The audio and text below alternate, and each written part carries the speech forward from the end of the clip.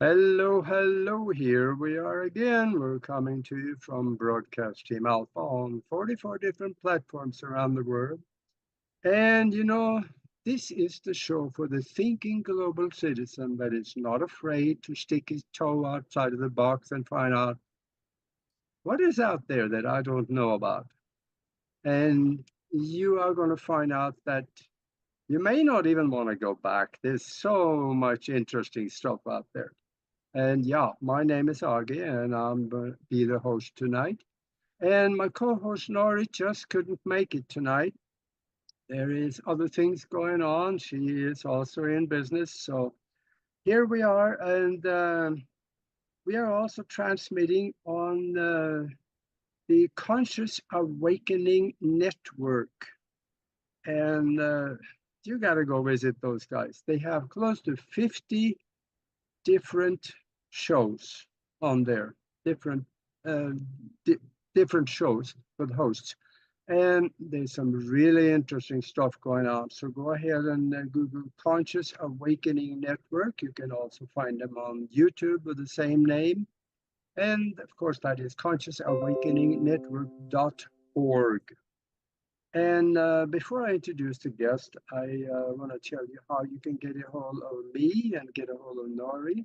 Just go to broadcastteamalpha.com and you'll find the contact feature there. So send us an email and we will get the email. We'll get back to you and we'll see what we can do for you.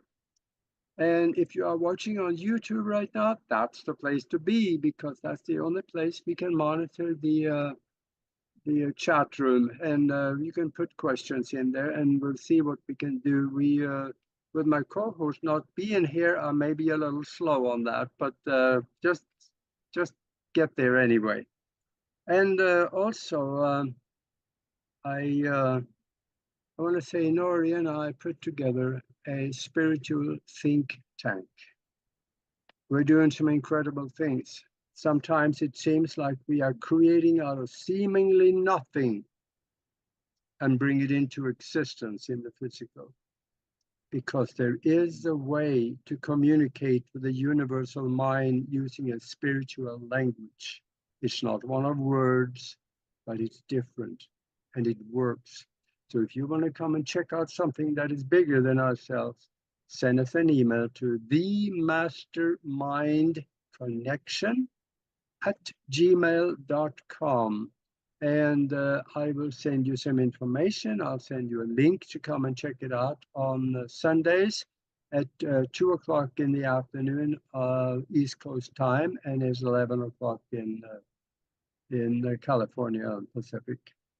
So, and of course, if you like what you hear tonight, the super chat is open.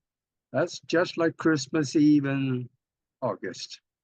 So anyway, I want to introduce the guest to you, and he sent me his bio, and I lost myself in it. There was so much on there. I have to shorten this down a little bit in order for us to be able to hear him a little bit too in this show. We have Terry Tibando with us, and he has written several books. I think 6 books or so, and you can Google that. You can find them. It's on Amazon, a lot of different places. Citizens Disclosure on UFOs and ETI, that is extraterrestrial intelligence. And there's some really interesting stuff in there. I think you should go have a look at.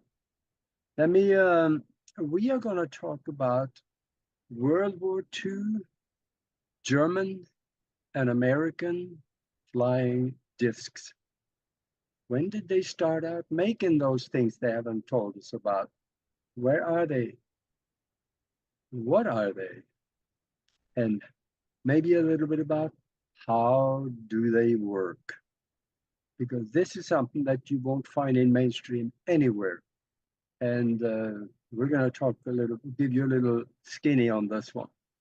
Also, he is an active UFO and ETI researcher and one of Canada's leading experts on what is going on in the skies. He had his own experiences, and he spoke at the National MUFON Symposium here just really recently, I think about middle last month or so. And he's been on the Discovery Channel TV stations and many radio and podcasts all over the place. And you will find him on Facebook. Go and look at it. There is some really interesting stuff in there. There are testimonies from people that have had first-hand knowledge of government technology into UFOs and related areas. So, he's also going on the Contact at Sea cruise, going from Northwest up to Alaska. So if you want to be part of a cruise where you can get to associate with some of the most leading thought leaders and UFO and extraterrestrial researchers in the world, go to YouTube because he's got a page on there where he explains how you can be part of that. And I bet you would have so much fun, you probably would think it would be illegal. So anyway, welcome to the show, Terry. Thank you very much, Aage, for inviting me on your show. Yeah. I did say that you had some personal experiences also. And there are many people out there that have had that, but they don't dare to talk about it because there is still a stigma around it. Even though it's becoming more and more mainstream, the stigma is there. And a lot of people have had the experiences, don't dare to talk about it. Speak on that. But your experience and the reason maybe why people shouldn't be bashful about having these experiences. Bring it out there. Well, thank you very much. I have had experiences since I was a 5-year-old child. Now that's 1953. So this is dating me. I'm going to be 76 this year. And so I've had experiences throughout my lifetime, whether it's UFO of different configurations or it's ET encounters. And my ET encounter when I was 5 years old was in St. Jean's, Quebec, on an RCAF military base, very small.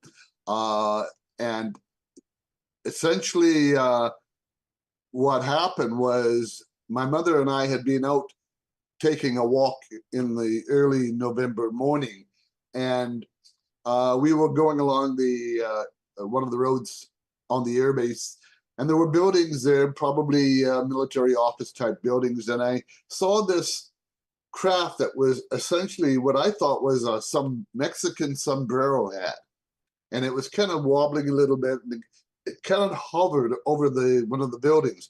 I estimate somewhere between 500 and 700 feet away, so it was reasonably close. And I said to my mother, "What's that?" And she looked up at it, and she really didn't know. And she says, "I think it's some kind of airplane." And all of a sudden, it took off.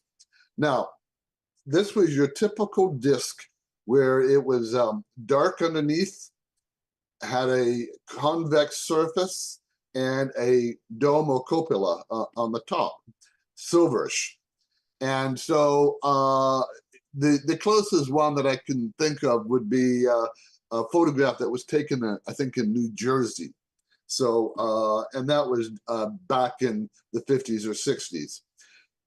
The interesting thing about that is that within a few days of that sighting, I had ET beings come into my bedroom. Now, I'll pull up a share screen and I'll show you what that looks like. If I can. Yeah, you have some incredible pictures, and a lot of those pictures we're also going to show in the last half of this show. And here we go on some of it. Yeah. So this is what I saw. I refer to them as Casper the ghost-like ET beings. Now, people will say, well, oh, that's the short little grays. Well, nobody was talking about short little grays back in 1953. They were talking about the tall, blonde, blue-eyed Nordic beings that came from Venus, who somehow, coincidentally, spoke with a German accent. Yeah, So isn't that? I suspect that that wasn't real Venusians. But what I saw were these beings, and they literally came right through the wall. And they did this not once, but 3 times. And on the first time, I was freaking out. I called my mother in. She said, "What's going on?" I said, "I'm seeing little ghosts or little men behind the door of my bedroom." Now, I shared this bedroom with my twin brother and my younger baby brother who's sleeping in a crib. And I said, "Go and check behind the door." And so she did, but she didn't see anything. They weren't there. And I thought, well, this is weird because I saw them. I knew what I saw.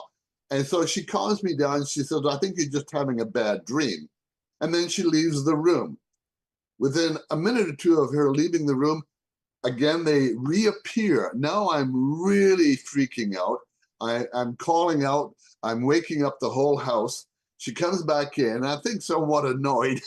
And she said, "What's going on?" I said, "They're back. They're back. Take a look." And so again, she looked and she couldn't see anything. And she said, "This is a bad dream. You're just having a nightmare. I want you to think about Christmas, which isn't too far away at that time." And she said, "Think about the Christmas tree and the presents you're going to get and all the rest of it." And she spent 10 minutes calming me down. She then left, and I looked again at the door and I didn't see anything. And I thought, well, maybe I am dreaming. And then at that moment that I thought I was dreaming, here they are again. This time they're walking around the edge, the bottom of my bed, and up to where I'm sleeping. So I pull the covers over my head, thinking that if I can't see them, they can't see me, therefore they're not there. So that's the thinking of a 5-year-old. And Yeah. at some point I fell asleep, but something in the back of my mind said that the covers came off me. Now, the next morning, my twin brother was teasing me and said, "You just had a bad dream. I didn't see anything, and that's all it was." And I think my mother sort of reiterated the same thing. But what I found was I started to draw pictures of stars, planets, and rocket ships, which is not something I would have really known much about, but that's what I was Yeah. drawing. So that's usually an indication that a child has had some traumatic event that has really impacted their psyche. And Yeah.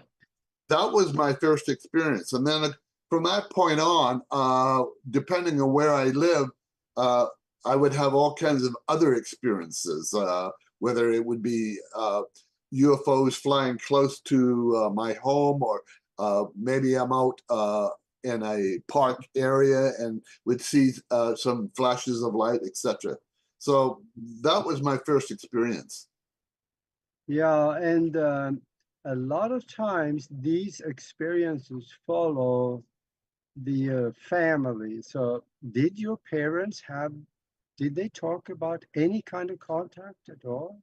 Well, the fact that my mother and I saw a flying saucer during the daytime, that was a shared experience.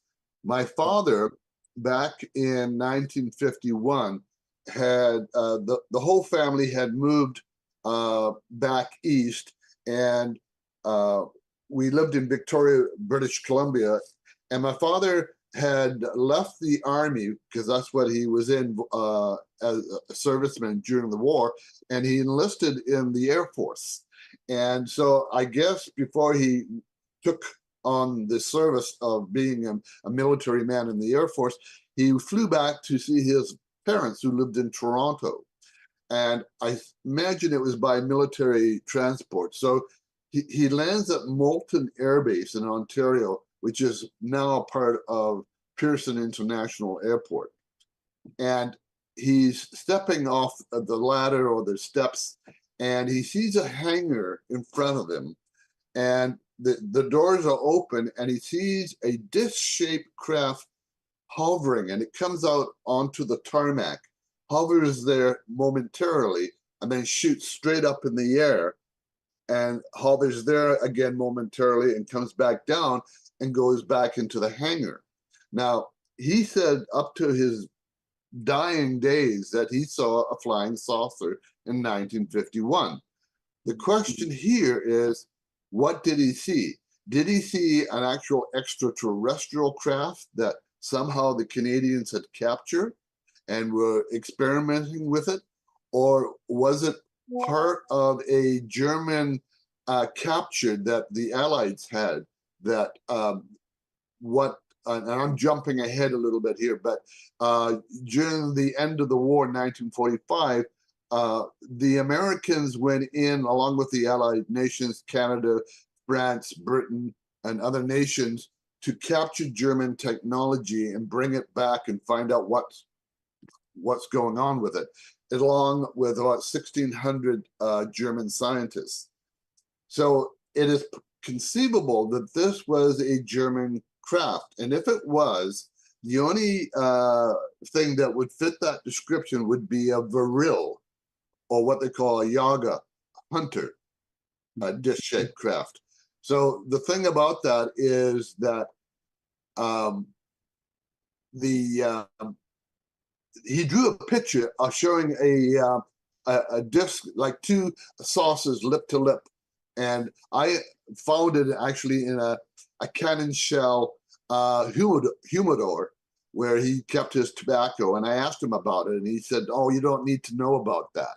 Well, later on, he did reveal to me exactly what it was about, and so that's part of that scenario. Yeah, you mentioned earlier also that there was a German accent in some of those pilots that flew the discs, and that is actually, I read about that too, and in fact, the retired Colonel Wendell Stevens here in Tucson, I had talks with him about it, and he thinks that Adamski, you know, back in the 1950s, he didn't have any contact with people from Venus, but they were Germans coming out of the Antarctica base 211. What do you think? Yeah, I believe that. I got a document, and basically it's from the CIA, and I think it's dated around, I think it's either 1951 or 1953. And basically in the document towards the bottom of it, it said that there is a psychological potential to use this as a weapon against the people in public or other nations.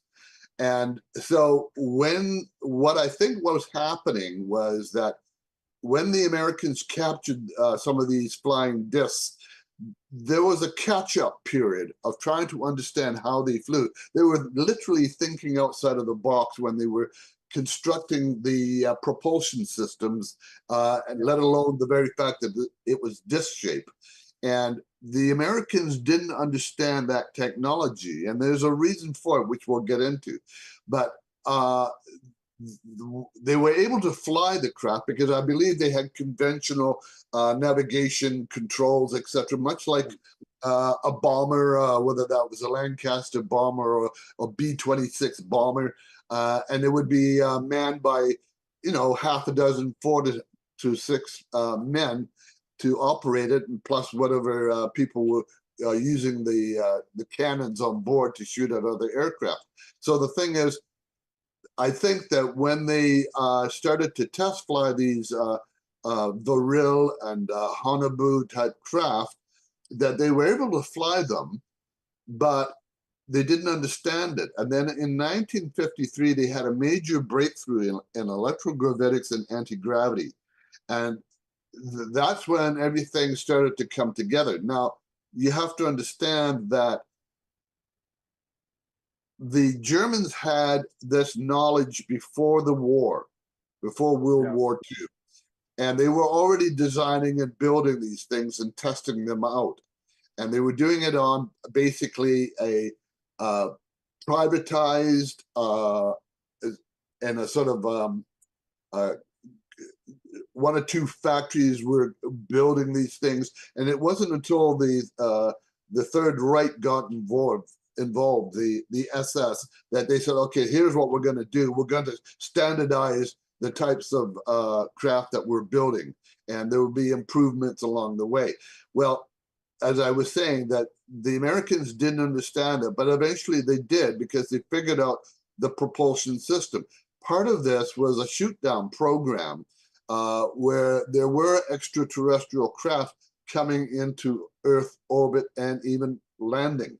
And in one or two instances, there were some form of engagement with humans. Usually the outcome for the extraterrestrials were their craft was shot down and was captured and retrieved, and then they started to reverse engineer a lot of that.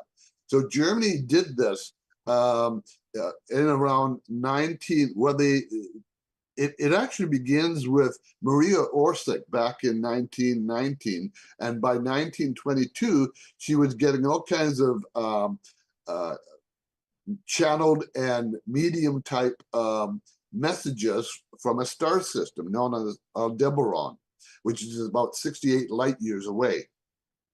And essentially she was a part of the Viril Society, where young women like her with very long hair would be doing mediumship and channeling and getting all kinds of information. And by around 1922, they started to get channeled information on actual construction of craft. So whatever they were receiving, it was enough information for them to go on. And the Thule Society got involved because part of the text that they were getting was in a language they didn't understand. They thought it was Old German or Template German, but in fact it was Sumerian. And that's where the Thule people got involved in it, because they had people who could read it. And then they started to realize, oh, this is very interesting. An ancient language of our past is suddenly showing up now, and it's in the hands of the Germans.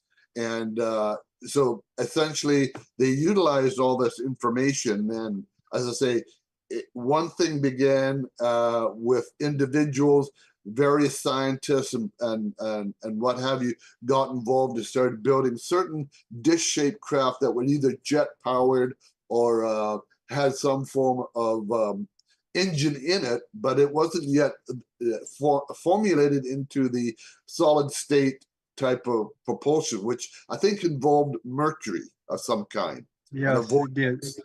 Yeah, and so that's part of all of that. You know, we talked about Wendell Stevens and Henry Stevens, no relation, wrote a number of books about this, and he said that there was an advancement in design and construction of these craft. They got more and more complex and larger as it went on. So we find that going down that path, there was an involvement of the Haunebu and the Viril and other craft. Yeah. Yeah, and you know, Germany had their own Roswell in 1936, when there was a rather large craft that crashed in Bavaria. Yes, in the Black Forest. Yeah, and in 1939, 3 years later, they had it back engineered in Nost so they could create their own. There was some note in Colonel Stevens's paper saying that they spent a long time trying to get into the craft. They tried everything, including explosives, and nothing worked until somebody pushed on the outside somewhere on the surface, and bingo, the door came open. Mm-hmm. After trying all the other. Well, apparently they found that there were beings still alive on or near the craft, and so they took all of this back to the Wewelsburg Castle, and basically, with the help of the ETs, either willingly or unwillingly, they helped to reverse engineer the craft. and based on also their documents and then whatever other things that the scientists were able to put together, piece together in their own way. So there was a sort of a terrestrial, extraterrestrial amalgamation of technology that eventually evolved. Let's get into some of the pictures, and I'll show you. Yeah, yeah, please. Yeah. Okay, let me just pull this up here. And yeah, I'll speak. I want to say just a little bit about the Haunebu's, because they developed it from the Haunebu 1, 2, 3, and also the controversial number 4. right. The Haunebu 1 was unstable. It kept crashing on them, so they ran out of pilots that would dare to fly it. So they kind of put that one on hold, and they developed the Haunebu 2 out of that. And I want to say just a little bit about the specs that I got from Colonel Stevens.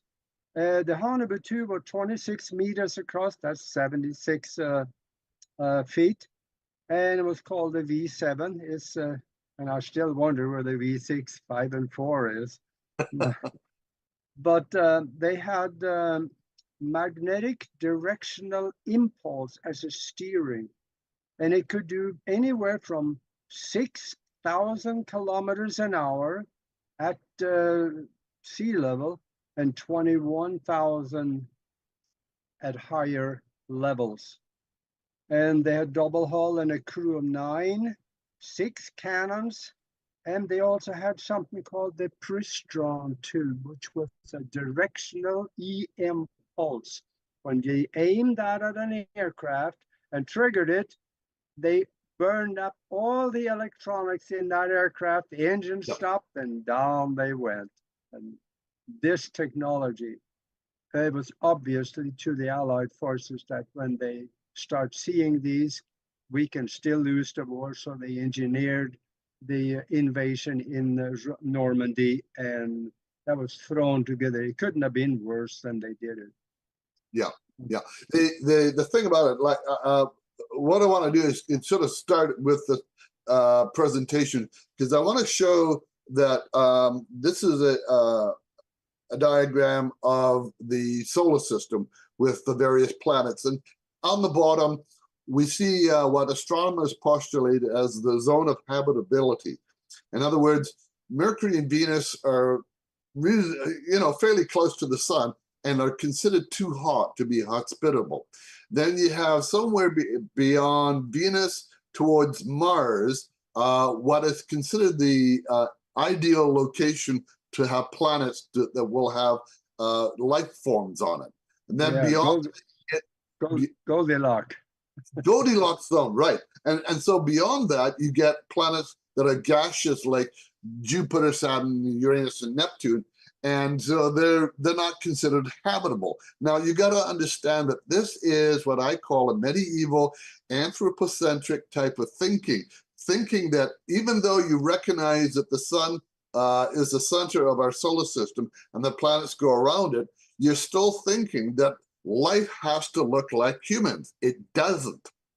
And so that's what they postulate. Now, above, I found that in my research, I was studying what religions say about life in the universe, and one of the religions was the Baha'i faith that states that a stable star determines the zone of habitability. And there's a quote to that. And the quote goes that, "Know thou that every fixed star," meaning stable, "hath its planets, and every planet hath its creatures, whose number no man can compute." So what they're saying is you have a stable star like we do, which we call Sol. Therefore, all the planets in our solar system, which are now stable, have life on them in one form or another. Now, people will debate this, but the very fact that we've got a planet that has all kinds of life forms, including extremophile life forms, life that can exist deep down in the ocean, near volcanic vents, or in the ice, or 300 feet in the ground, or in other environments, all of which are hazardous or non-sustainable to humans. But there's life there.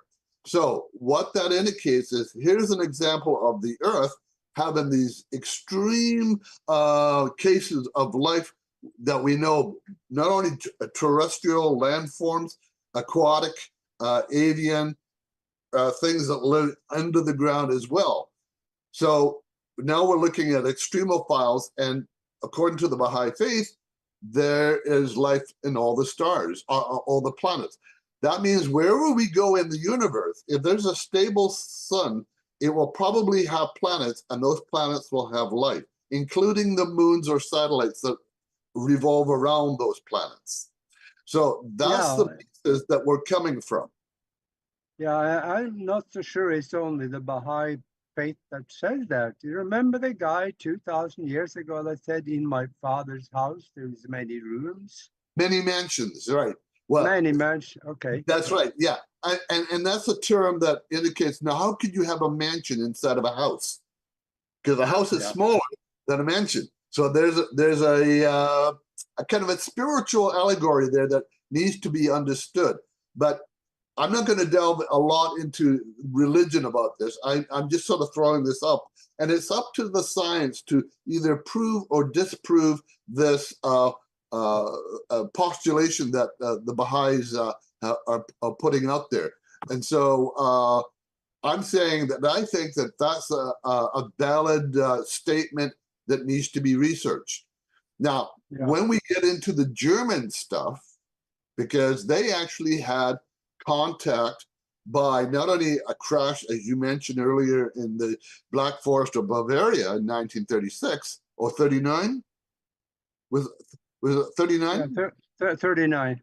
Yeah, and they saw creatures, that they were still alive, and they helped the Germans to create some of their craft. Now, here we have what they call the Glock, the bell. Wait, just a second. For those of you that joined us late in the show here, we are talking with Terry Tibando, and we are talking about the German and the American Flying Discs programs. And we are going through some pictures here. The one on the screen right now is the German Nazi Die Glocke, and that's called the bell in English. And there's some really interesting stories about that Terry's going to tell us about here in about 4 seconds. Well, you know, a lot of people say, well, this was a flying craft. It was a flying craft of sorts. It was more of a proof of concept because it was proving that the concept of propulsion could actually levitate this craft and move it around. And once you've developed the understanding of that propulsion, then you can take it and you can put it into any other craft of any configuration that you wanted. So if you look at the next picture, for instance, here we have various Vril. Now, I probably have mistakenly called this a Vril 7, but I think Vril 7 would apply to the whole flying saucer type program or to a particular craft. But these were known as Vril. And you can see that some of them were actually used in actual combat. And the picture on the top left shows a craft in the background with a car. This is only half of the picture. I've seen the whole picture. And unfortunately, I wasn't smart enough to download the whole picture, but I know what's there. And if anybody has the complete picture, please contact me. I'm at tibando@telus.net, and you can send me the photograph and information. I can tell you that the other half of that picture has a German soldier standing with his arm up against the car. That I know for a fact. And it may be that his identity is very apparent. That's why they removed that portion of the photograph. I think I have that whole picture on our website, broadcastteamalpha.com, in the picture gallery. It is in there somewhere. There's over 100 pages and 5,000 unbelievable pictures. I don't know where it is, but I'll look for it. Well, if you got it, please send it to me, because it would help to complete, you know, this whole dissertation and this historical information. Moving on, and of course, what I was saying about the propulsion system was incorporated into these craft. and these were known as Viril. In the next photograph is the prototype for the Haunebu class of German saucers. And you'll note that it's more streamlined.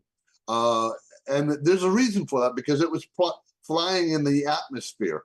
Now, they generated a field around the craft from the propulsion system. So it probably wouldn't have much of an impact on the craft as it moved around. In fact, it probably would have actually left the Earth's atmosphere as well, meaning that it could travel into space.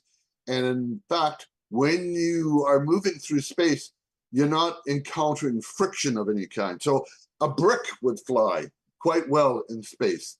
But if you bring it into the atmosphere, it's going to meet all kind of heat resistance and friction. So this is why I think that they went and developed these more curved type lines of this. And this was the Haunebu Thule.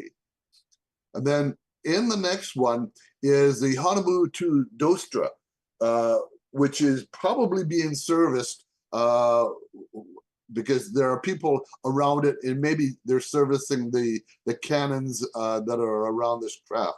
This was probably the one that was at least, I'm guessing here, 45 to 50 feet in diameter. It could have been a bit larger. They had a number of different types of Haunebu 2. Yeah, and they had six cannons on it. Yeah, some on the top. I had on another computer, I had a test results from the test flight. It went from the surface to 60,000 feet in 3 minutes, straight up against gravity. They were absolutely remarkable. I mean, I'm not pulling out all the statistics on this because we would run over twice as long on this presentation, but I wanted just to let people know what was actually built at that time. This is a Haunebu 3, and the craft that I was mentioning to you earlier, Aage, is this Messerschmitt 163E Comet rocket plane. As a child on the airbase in Quebec, St. Jean's, Quebec, my brother and I actually found one of these on the tarmac in front of a small hangar, and it was unguarded, nobody was around, and my brother and I went over it and started playing with it. The tiny little propeller on the front, probably 18 inches, if that, and we were running our hands all over it, looking at it with rather amazement, and we found that the cockpit was open. And so we flipped it open and we climbed inside, taking turns playing with the joystick. Now, I think it wasn't going to go anywhere because I think that whatever fuel was there was probably removed. But these craft were designed to take off on a short runway, go straight up into the atmosphere. And if there were enemy aircraft coming over, they would then dive down on them, strafing them with bullets. And if they were fortunate enough, they may have got a second chance to go up again and repeat that action before they had to land. There was only about 15 to 20 minutes of fuel, and they acted like a glider. When they ran out of fuel, they came in like a glider, because this was actually a glider at one time, but they installed a rocket into it. And this thing could travel about 600 miles an hour. So it gives you an idea of the kind of technology that the Germans were building. And it just so happened that this particular craft adds credence to this image here. That this isn't Photoshop. There are people with I don't know if you can see this, but there's a lighted area on the bottom that's open where people are actually going up into it. And there's another one near the middle where they're also entering into it. So this was a large sort of battleship type craft. And here you see the same thing. This time it's in flight. And there are two German soldiers in the foreground. And basically what we're looking at here is it's in flight, and in the background are mountains. So we know that they had taken some of their craft and flew it around the countryside, probably as a test flight to see how it operated. Yeah. Now, the next thing that they were building was what they called the Andromeda Gurat, or a device, and it was about a 700-foot long cigar-shaped craft. They built two, and they named them after Norse gods, Freya and Freya. And essentially, I think it was the Freya, the female goddess version, that was actually built and flown. And in the photograph on the left is a small disc-shaped craft that also appears, which may have been one of the Vril or the Hanabu craft that came off the inner hangar of this cigar-shaped craft. Here on the right is a colored version of the same thing taken by somebody else by the name of Joe Ferrer in 1967 in Rhode Island, New York.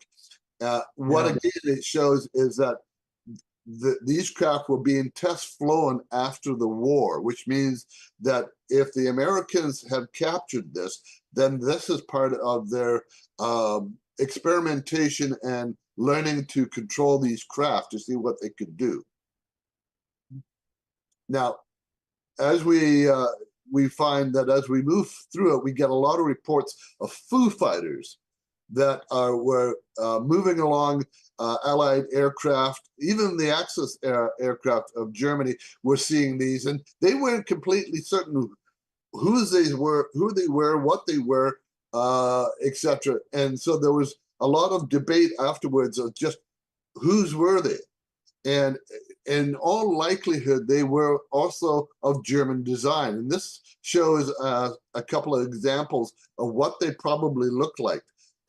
They generated a field around them so that they would tend to glow a sort of orange or green, and they would interfere with the navigation of the aircraft because of the electromagnetic energy that was coming off it. Now that's the key point, because when you see other aircraft, when you hear about other reports of UFOs in the late 50s, 60s, and 70s, etc., you hear about a person driving along, and all of a sudden their car comes to a stall. It just stops altogether because it's being interfered by electromagnetic radiation, which comes off of these craft. Not these particular ones, but larger craft. And so these larger craft can interfere with your home, your car. They can interfere with the power lines that generate or send electricity into cities and homes. And they can short circuit that until they move off, and then all that power comes back on again, as if nothing happened. Now, this is a picture of the Hanabu fleet, and you can see up in the top left corner is the Vril prototype, which was a one-man craft. Then they built others that were larger, still one-man, sometimes two-man craft. And then they went into what they called the Vril reconnaissance type of craft, which was more sleek. And I believe that that's what my father saw, was this smaller one-man craft that could hover, and it could take off vertically and land vertically. That seems to fit the description. But we have no proof of that. There was no, he didn't mention that he saw any German insignia on it. So the thing is, the research that needs to be done is to find out whether or not we actually had that craft. We know that Dr. Heinrich Richard Metheny came to Canada in around the 1950s. He may have actually came in much earlier than that to sort of accommodate or be in the presence of this particular craft. He's also believed to have helped John Frost of APRO Canada, who he was a British aeronautic designer who worked in Canada to develop the APRO Aero and the APRO Car, which was sort of a round disc hovercraft type of vehicle. And then it got off the ground about 3 or 4 feet, and it was wobbly and unstable, but they did actually work out the stabilization problem of that craft. But that Yeah. was a prototype for something else they were working on.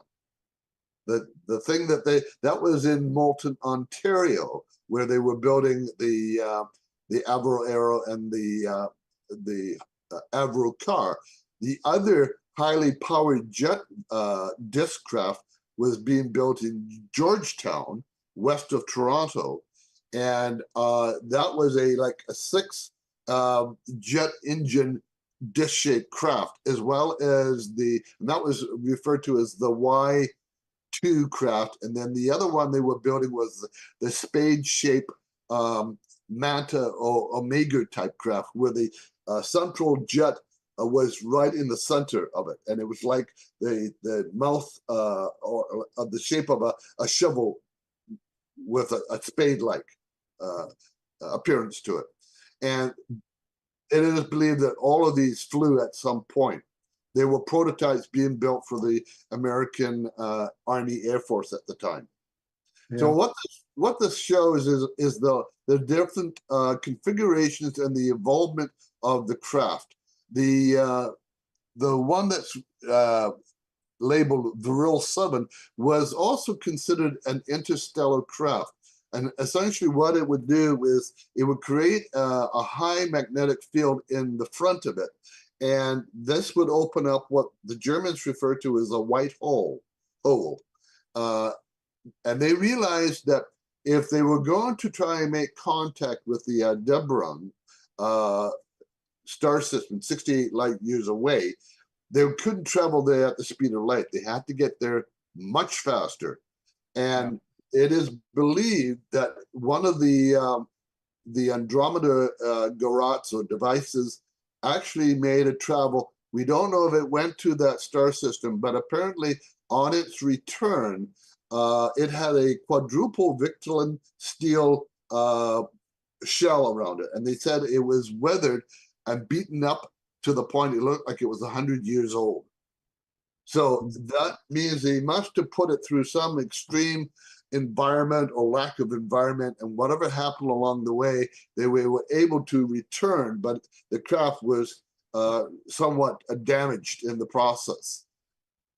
It's also believed that the Germans may have gone to the moon, and they may have gone to Mars several times.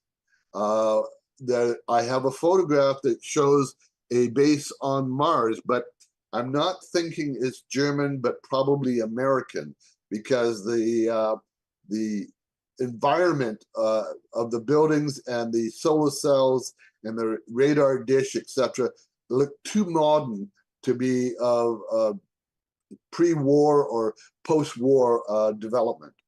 Yeah, could you show us that? I don't have it loaded up, unfortunately. Oh, okay. But I can send that to you.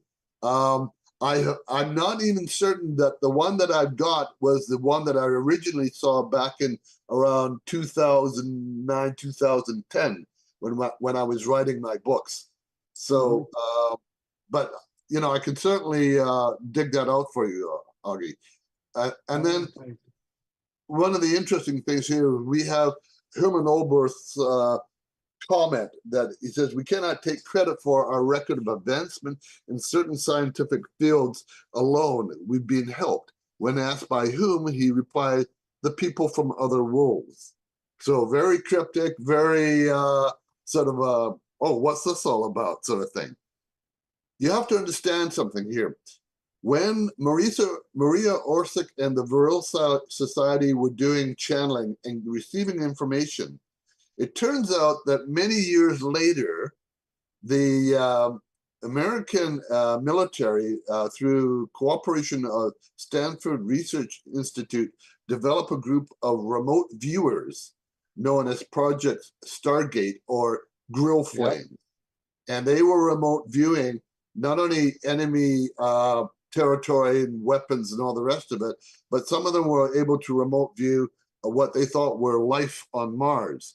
And I'm involved with CSETI, which is the Center for the Study of Extraterrestrial Intelligence. And guess what we did? We use remote viewing, high meditation, and we make we have contact with extraterrestrial intelligence. They will actually show up and start to interact with us. And we're not asking for information from them at this point. We're just merely establishing a relationship with them. But we're doing this something like 60, 80 years after the fact that it was first done prior to World War II. Yeah. So again, it's catch up to what the Germans had been doing. Had the Germans succeeded in their development of the saucers and the V2 rockets and everything else, this might have been a whole different world we're living in. Fortunately, it didn't happen that way. The Allies won the war. Absolutely. And we interviewed, Nori and I interviewed Russell Targ that ran the CIA program on that. And he explained this is absolutely real. It was there.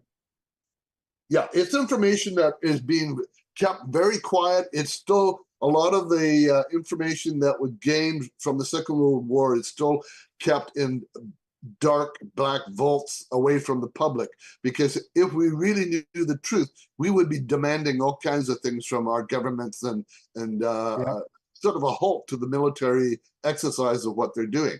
I want to move through this fairly quickly because there's still a fair amount to cover, but in this photo here, they talk about the Tic Tacs and UAPs and USOs off the coast of California, and how they're buzzing the ships and all the rest of it.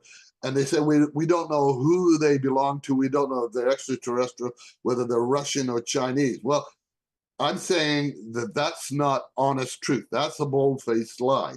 They know exactly what these are. They've known about it since the Second World War, and they knew about it during a NATO operation on North Atlantic called Exercise or Operation Mainbrace. And there was a photographer on board this ship who was photographing some of this stuff back in 1952, and his name was Wallace Littman.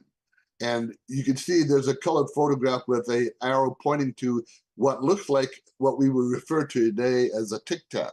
But in the other black and white photographs, I've circled what these objects were, and there even seems to be something in the sea in the forefront of one particular photograph. So the Navy and the military knew about this. In fact, not just the US Navy, but 9 major navies at the time were seeing this stuff. We're talking about 200 international ships, 10,000 sailors or soldiers, 200 aircraft, and they were doing these wartime operations to show that they could defend Denmark and Norway from the possible Russian invasion. And while they were doing this, they were seeing these objects coming out of the ocean, flying over, buzzing the ships, and then taking off into space. 1952, they knew back then what they were. So they can't say they didn't know that they were extraterrestrial.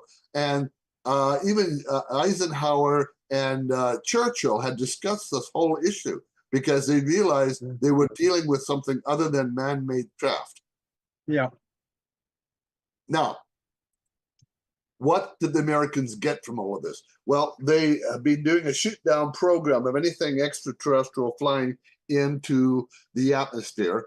And in some cases, these craft would land, and allegedly there was an exchange of information and technology between military people and extraterrestrials.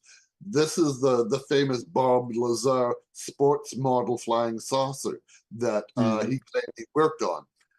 Very clean lines, very sleek, no nuts or bolts in its construction.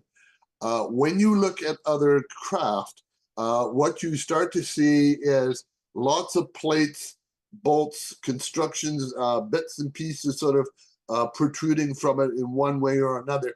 And this indicates a man-made construction. So the difference now is, how do you tell an extraterrestrial craft from a man-made craft? Extraterrestrial craft are physical, but more often than not, they are appearing in a trans-dimensional appearance. In other words, they can be seen physically, but they're not there physically.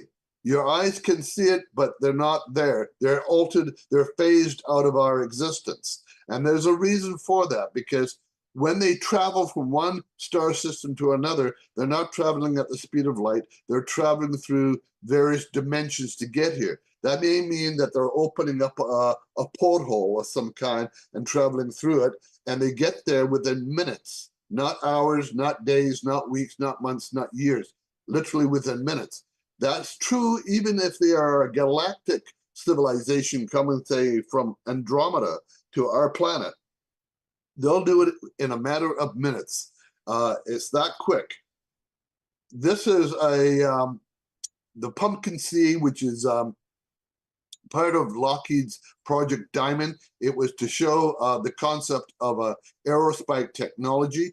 This craft could do about Mach 14 plus, very, very fast. We're talking about like 10 to 15,000 miles an hour, which is about the same speed as a rocket. In the next picture, we're seeing a triangular shaped craft.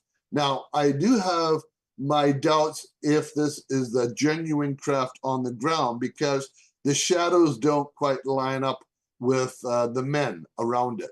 So this could be just a virtual or a CGI or AI construction, but it's fairly accurate. And this is a craft that is based on the B-2 stealth bomber. So whatever the B-2 stealth bomber can do, like it flies with jets, but it also has an electrogravitic leading edge on it, as does this. But this is designed to do that all over the craft, not just in one section. So this is based on reports and observations and some photographs. The next photograph shows what they call a man-made ARD craft, which was photographed by a pilot over Provo, Utah, 1966. All this stuff in the construction of this craft can be gotten off the shelf. In other words, when you look at the little black bubbles on the craft, these are cameras that you would find in a casino. This gives them the eyes to see what's outside of the craft. There's oxygen tanks, there's a central pillar, there's chairs that they sit in. There's even a grappling arm that can be extended to grab things and bring it back into the craft. So this is a man-made craft. This is what was created by a description to Mark McCandlish from one of the witnesses that went to an Air Force base in California, and he saw 3 of these craft, and one of them was like this, where the part of the side was open and he could see inside of it. And so based on the description, Mark McCandlish was able to create this diagram, which is seen in the left. I've actually got it in a much larger format. It's about almost 3 feet by 2 feet, and it's like a blueprint. Okay, yeah, I see. We are getting down about 2.5 minutes of the show here. Boy, this has been interesting. I can squeeze in the last few if you like. Okay, all right, let's do it. I'm going to go for it. So here's the famous Tic Tacs that we're seeing, right? Notice the protrusions on the bottom. These are electrical discharge probes that essentially, even on this one on the left, sometimes they have little round spheres. They're designed to discharge through the atmosphere so that they move and glide very easily. This is what the military are seeing. These are man-made. The Navy may not even be aware that these are military assets. And so they may be engaging with them, and foolishly, if they start to shoot at them, I suspect these things will retaliate. That may be the reason why they're buzzing around the ships. Are some of these extraterrestrial?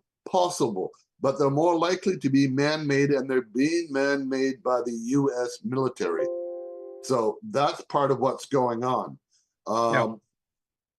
And then we got, when they do crash retrievals, particularly Roswell, they were looking at beings that were dead, unfortunately, and they were looking at the DNA, and somebody got the bright idea, we could probably clone these types of beings.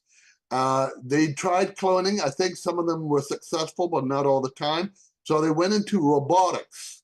And this picture on the left shows a being that had been kicked at. Apparently, it was trying to grab an individual. Maybe he was going to be abducted. And this man fought back and kicked it in the side. And when he did that, he opened up the side, and there's all this electronic circuitry. This isn't the only instance where somebody has encountered one of these beings, fought back, scratched at the face, and pulled out off the eye covering, and seeing electronic circuitry behind it. In other words, these things are man-made. They are designed to look like little grays. So the problem becomes now, what is a real true gray and what is a man-made gray? And the man-made grays are referred to as programmable life forms. Yeah. And the next photo is a capture of an ET being. This is an actual photograph that was captured in Virginia, Brazil. And the person that touched the being unfortunately died, probably from cross contamination or transmission of bacteria. Point being, don't touch ET beings if you don't know what you're touching, because you don't know what you may be picking up or transmitting back to that creature. The next one was taken of a being in Italy. It was coming out of a sort of an eggshell or a pod, and shows that it got up and it's walking, but it seems to be somewhat mutated or injured in some fashion, not knowing why. Here's another one of night crawlers seen in Fresno, California. These appear to be just legs with eyes and a body. I've had in this one orbs. This was in my backyard. My nephew and his wife were being photographed, and these orbs showed up at that time. Mm-hmm. And in this next one, which is the final image, is the light beings.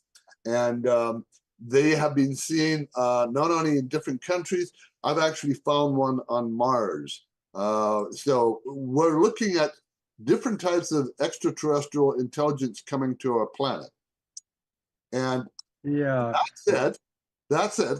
And if people want to get my books, they can get them from Indigo in Canada, chapters in Canada, or they can go to Amazon, Barnes & Noble, Hudson Books, Booktopia, Book World, etc. Take a look. You have to order them online, but I tell you, I have a NASA doctor who is going to purchase all of my books for the NASA library. She was that impressed with what I had written. Yep, and I am too. I am impressed also. You got an awful lot of pictures here.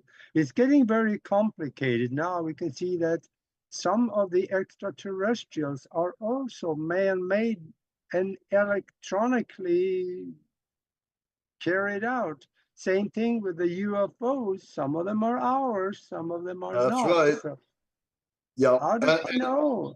And that's the whole point, is that we have to start re-looking at things and not jumping to conclusions. I don't say that that people haven't been abducted, but I'm questioning whether the abduction is a genuine ET or a programmable life form. And that's the thing that we need to examine at this point. Yeah, or then there are also abductees that talk about the fact that when they got abducted, got on the ship and started walking around, they saw Air Force uniformed people on the craft. Exactly. And so they were being had, boy, royally. But gosh, we're over already. So thank you very much for being with us. This was really interesting. Well, you're very welcome. And if we have a chance to do this again, we can delve into a lot more, as well as many other related subjects on this. Yeah, I absolutely would like to have you come back and maybe go deeper into. There are more pictures you have that you didn't show too. So. Oh yeah, this is just a drop in the bucket from what I've got. Yeah. All right. So, well, thank you very much, and you're very welcome.